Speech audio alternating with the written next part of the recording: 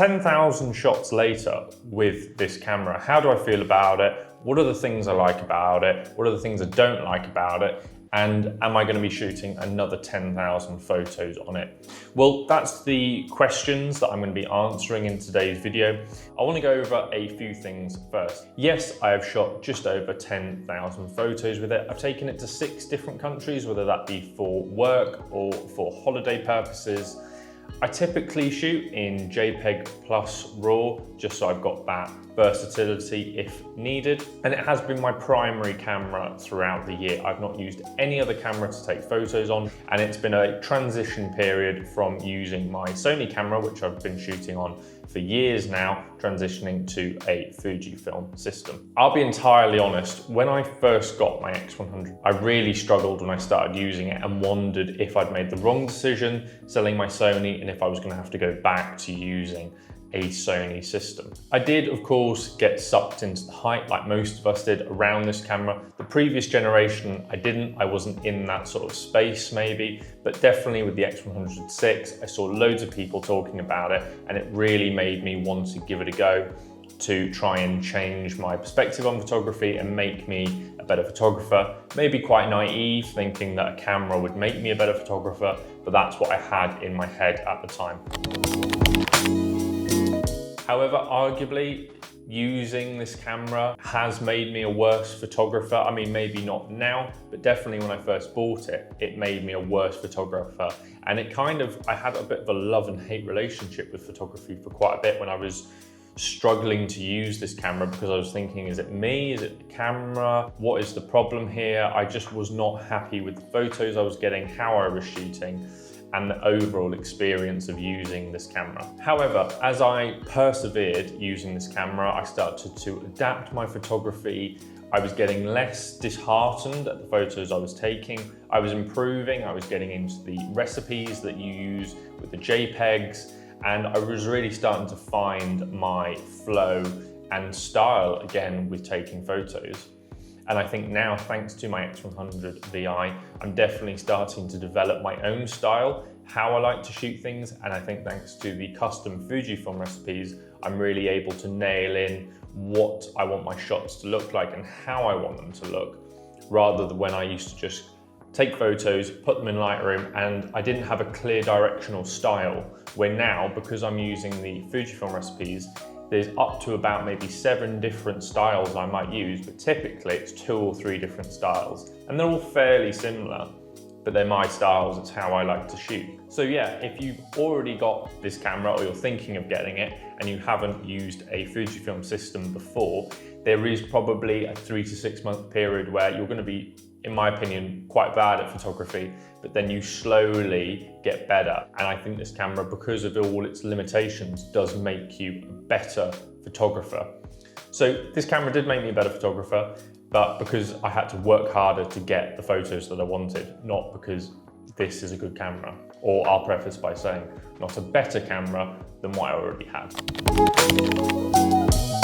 So let's get into the negatives, let's get them out of the way, because I love talking about positives. What do I not like about the X100VI?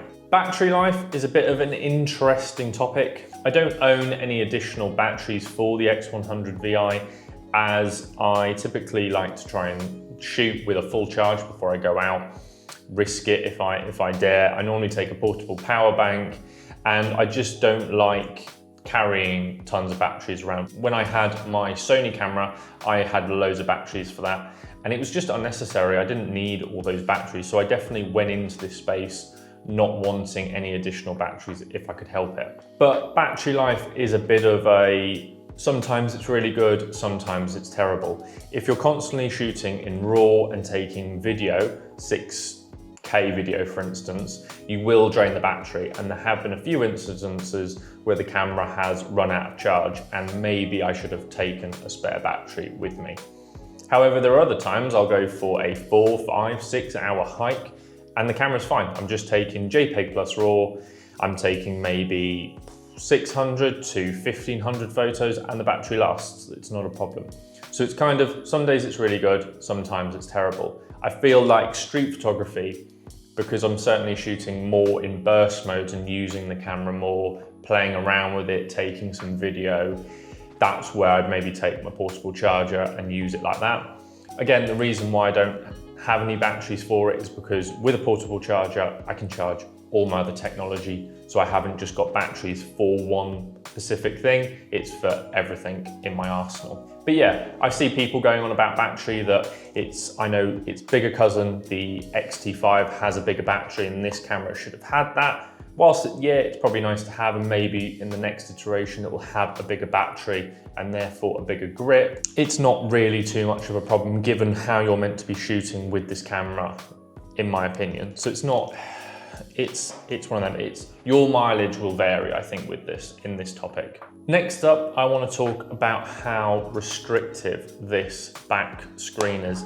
Now, for work, I do a lot of videography, so I use Sony cameras for that because they've got fantastic autofocus and I like how easy they are to use. And they've got flip out screens, that screens do all sorts of things. They go in every direction you could possibly imagine.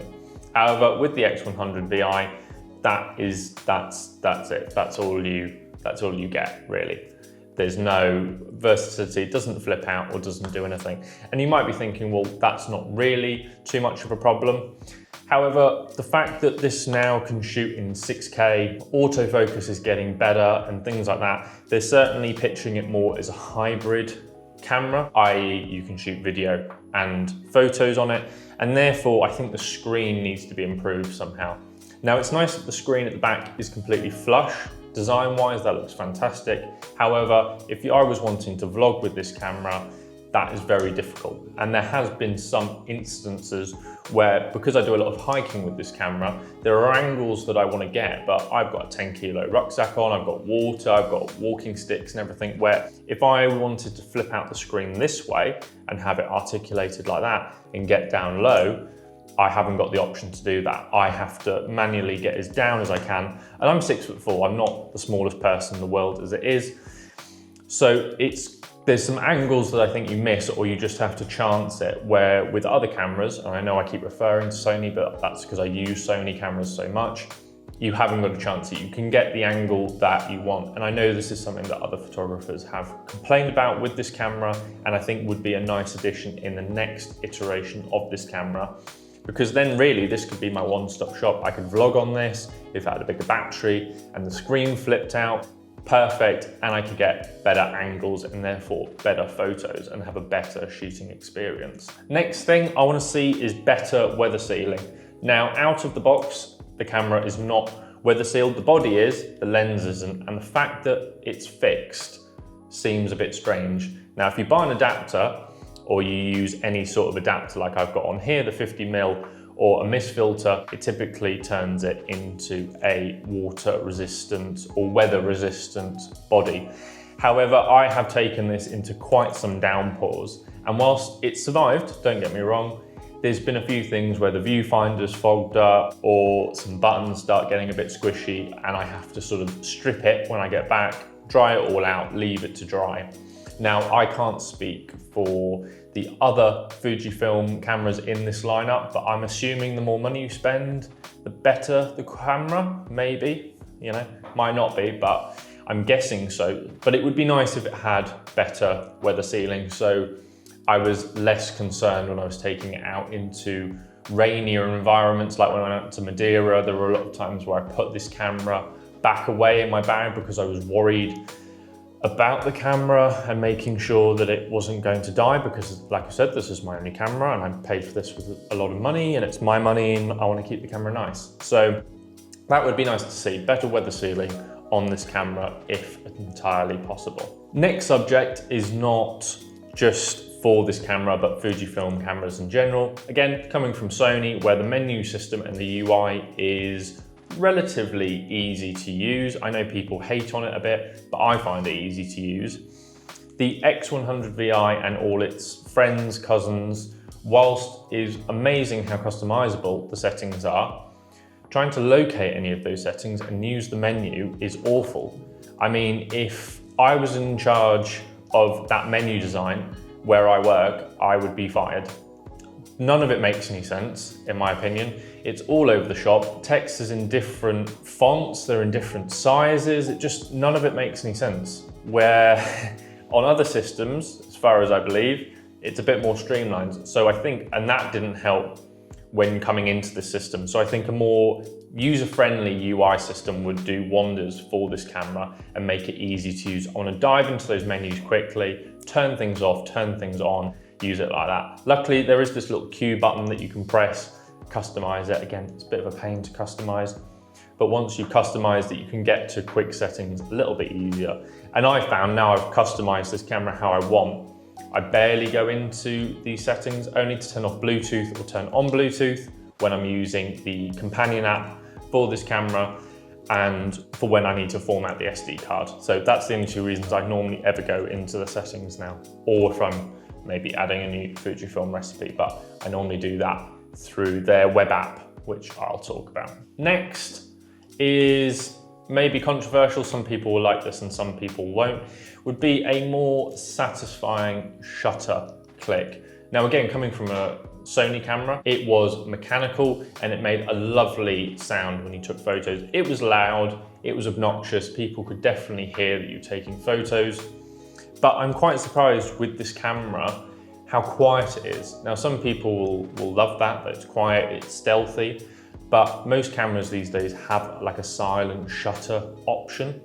So you don't really have to worry too much about when you're in public, you know, street photography and people knowing that you're taking photos with them. But yeah, a more substantial shutter sound would be awesome on this camera, and I think would fit the aesthetic that this camera is going for, which is obviously the film type look. Next up, this might not apply to everyone unless you take video, but it would be a 3.5mm headphone combo jack. At the moment, it isn't. You have to get a little adapter and then you can hook a microphone up. Again, one, it's another thing you've got to buy. Two, it ruins the aesthetic a little bit because I've got some quite nice cables. However, then you've got this really long wire sticking out, and it makes filming on this just that little bit extra difficulty. Makes it a bit more difficult to film with, basically is what I'm saying. So you can imagine if they sorted that and the back screen, this would be a great little vlogging camera in my opinion. Lastly is the autofocus. Again, this isn't just for the X100VI. I think it goes across the board for all Fujifilm cameras. The auto system, whilst it's okay, I don't really use it, to be honest. I just have a little box, tell it where I want to shoot, and it does a good job. However, if you're relying on it for street photography and capturing moving subjects, wildlife, portrait photography, I think that's where it's lacking in terms of its competitors. Again, I can't speak for like Canon and things like that, but for Sony has world-class autofocus and you get the focus you need every time. And again, another reason why I use it for video, because it just locks on, does what it needs to do, and it is fantastic. So again, it'd be nice to see better autofocus, because otherwise it's kind of, what's the point in having it, so to speak? It might as well be just quite traditional. Not that it should be manual, but what's the point in having it if it doesn't work all the time when you need it to? Now, let's get into the better stuff. I think the first thing that I like about this camera is the look and feel of it. Now, I've had to cultivate the look and feel of it. I think most people tend to get a thumb grip for it, shutter button, and some form of grip. I've tallied onto that the 50mm adapter. It's not just the fact that it gets me that 50mm equivalent, it's the fact that it gives my left hand more to hold and more versatility in terms of using it. You'll see in some of my videos where I'm using a Peak Design capture clip and it's on and it's off and it's on, where without this, it's quite tricky to do that.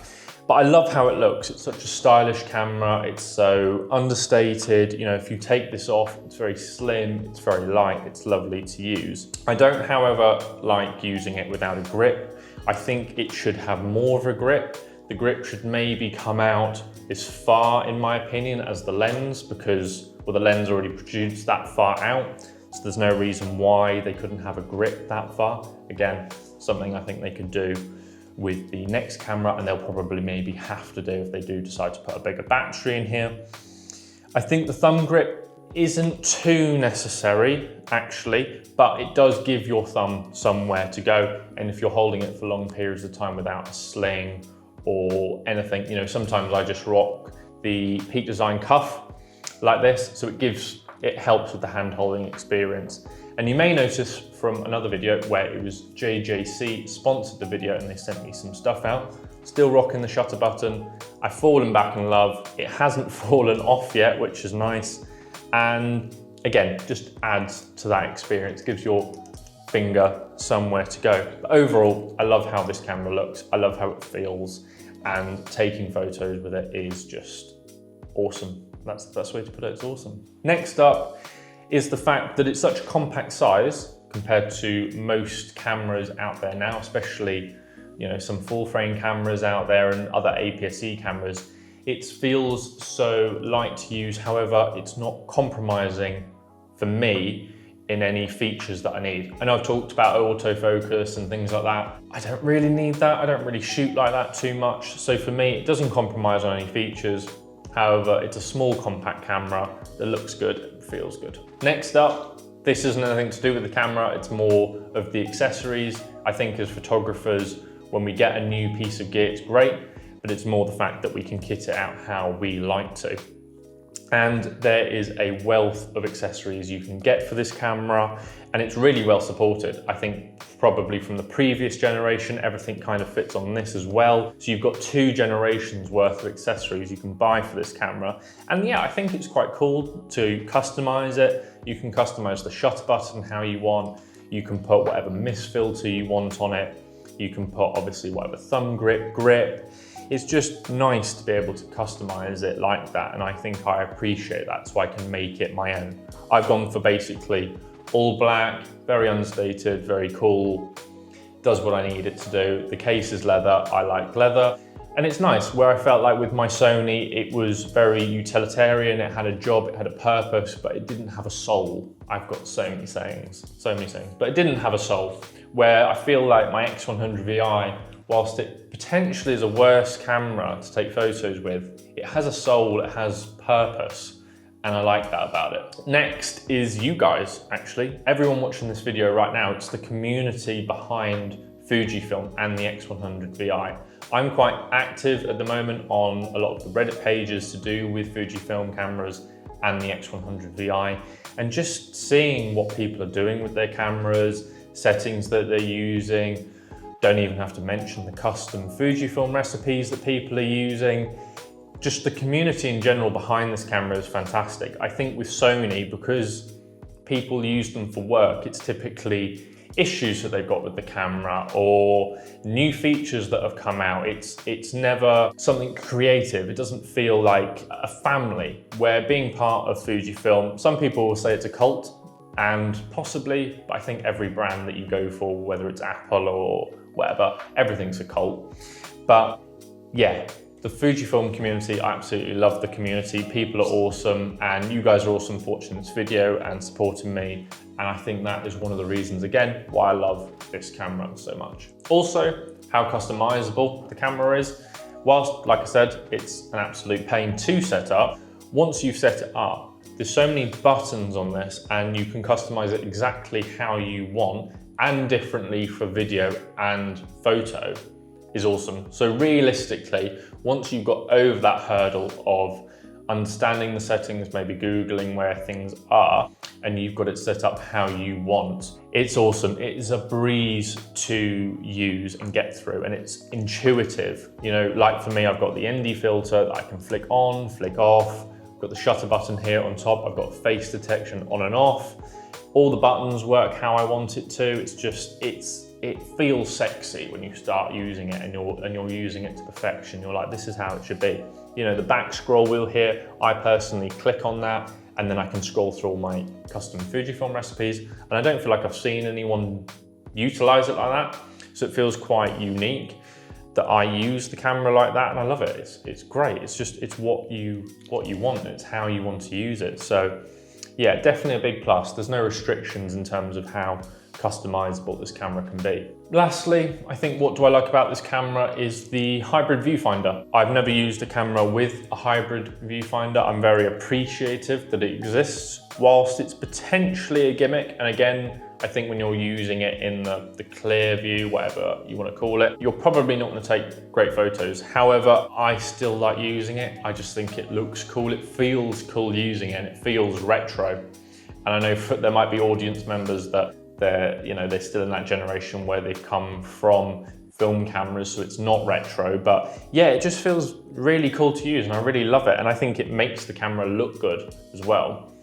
And I love it. It's, as much as it's a gimmick and it's not really helpful in terms of the camera, it's not really a feature that's maybe useful. Maybe people can tell me if I'm wrong, but I don't think it's a useful feature. I love that it is a feature. Again, it adds style and personality to the camera when you're using it like that. So, and fun, because you don't actually know what photo you're going to take until maybe you review on the back screen or you get home. So, you know, again, it's fun to use if you're not needing to nail in that shot for a particular reason. I do think there are two types of cameras in this world. There's one type of camera that is very clean, clinical. It's almost like going to the dentist or the doctors. It's very precise in how you use it, and it doesn't get in the way of you taking photos. And for you, this might be a good thing. You know, less distractions, less things getting in your way means you can take better photos. However, I feel like the X100VI is definitely the complete opposite in this regard. It gets in your face, it gets in your way of taking photos. It's like it's almost shouting at you, telling you whilst you're using it, if you want to take great photos, you better use me properly, otherwise your photos aren't going to be very good. Now, I'm quite fortunate when I go out to take photos with the X100VI that I haven't got many distractions in my way. I'm normally going, street photography, going for hikes, and it's me and my partner. We haven't got any dogs, we haven't got any children currently, so there's nothing else I need to worry about. I can solely focus on taking photos, tweaking my settings and going through it methodically so I do get those photos. Otherwise, I don't think I'd ever be quite happy with the photos I got on this. However, I think if you did have all those distractions, it's a bad way to put your children, but I guess they are distractions when you're taking photos. I could see how this camera may not be for someone like that, because you need a camera you can pick up, turn on, it'll take great photos, it'll lock on autofocus. Maybe you're taking a photo of them, but you also need to be looking after them whilst taking the photos. You can't be like, yeah, just hold still and, change the settings and they've fallen off a cliff or something.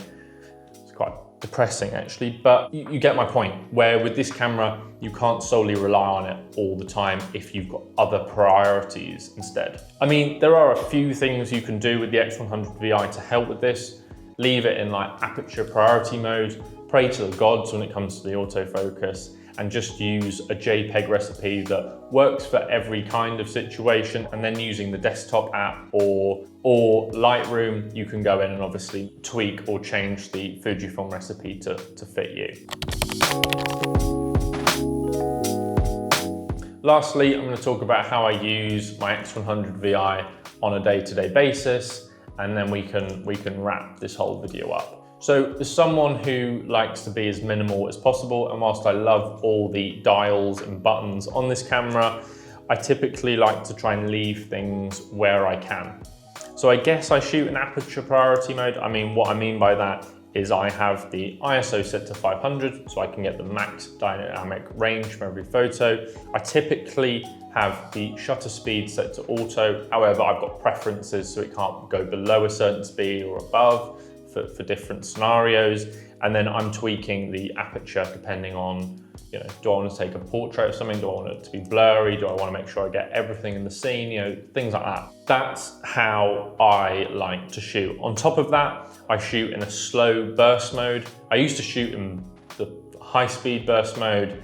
Then I ended up taking too many photos and going through my SD cards too quickly. Then it was single shot only, but then I found that was a bit too slow. And then I saw a Reddit post where someone was talking about using slow burst mode. I think it's 3 photos per second, I want to say. I might be wrong on that, but I think it's like that. And that works really well because it means I can snap 1, 2, 3. I mean, it keeps going, but typically 1 to 3 photos of the same thing. I'm not taking 20 of them. and hopefully one of them is in focus. You know, I can slightly tweak the angles as I'm taking the photos, and I think that works the best for this camera. Next up, I typically shoot in continuous autofocus. Whilst the autofocus in this camera is quite noisy, and whilst I have complained about it in this video, it works 90% of the time, I would say. And again, when it's continuous, I think that gels quite nicely with the burst mode. So as you're moving in the scene, especially if you've only got it in a little box, it's making sure it's still tracking on the correct object. Where if it was single shot and you moved, whatever you're in focus of might have changed. So again, it depends, very personal on you, but that's how I sort of have got it in my head that it should work. And typically, like I said, I've got a bit of a love for the adapter. I love the build quality of it. I love how it looks on the camera. I love how it makes the camera feel, and I love the outcome of the photos. I think 50mm equivalent really works for me. I think the photos that I get are better. I like how they look. And yeah, it definitely fits my style. However, if I'm going out for nights out, or maybe lighter street photography where that isn't the plan, we're doing other things, but always got to take your camera with you, I'll unscrew it so it's a bit more discreet, weighs a bit less, so therefore it's a bit more joyful to use, putting it on a table when you're having something to eat and things like that. Also, mist filters, like I've already said, I think most people stick some form of mist filter on this camera. You can use whatever one you want. I would experiment with them. I certainly did. I bought loads of different ones and then was experimenting with what they looked like on light, and then chose the 1/4 mist filter. You might find that that's too strong or it's too weak, so you want to play around with that a bit. But I really like, again, how it works with this camera. It blooms all the highlights. It changes the contrast, obviously ups the contrast a bit. And I just like the images I get. I think it enhances the Fujifilm recipes that you add on this camera. But it isn't necessary. It could be that you're someone who maybe doesn't want to invest in a mist filter, doesn't like glass in front of glass, where I mean, I've got glass in front of glass in front of glass, so I'm not really doing too well. But if you're someone who doesn't like that, you can use settings in Lightroom, Photoshop, or other software where you can add that similar effect if you want. So that is always an option if you don't want to buy a mist filter. And that's really it. I don't really have too much to say. I primarily shoot using the back screen. I use the viewfinder when I want to have a bit of fun because I like the live view. I just think it looks really cool. And yeah, like I said, this camera isn't going anywhere. I was possibly thinking about getting an X-T5, but the more I use this camera, the more I love it, and the more I don't think I want to get rid of it. So I think I'm going to be keeping this for an extra 10,000 shots, and maybe we'll make another video 10,000 shots down the line, and I can tell you in 2 years' time how I'm getting on. Maybe they've announced a new camera and whether I'll be keeping this or moving on to something else. But I hope you guys have enjoyed. A bit of a longer video today. We're in the office, but hopefully it's been enjoyable to watch, it's been useful, and my opinion has been worth your time. Or have you just wasted 20 odd minutes of your life? Hopefully not. So thank you everyone, see you in the next video.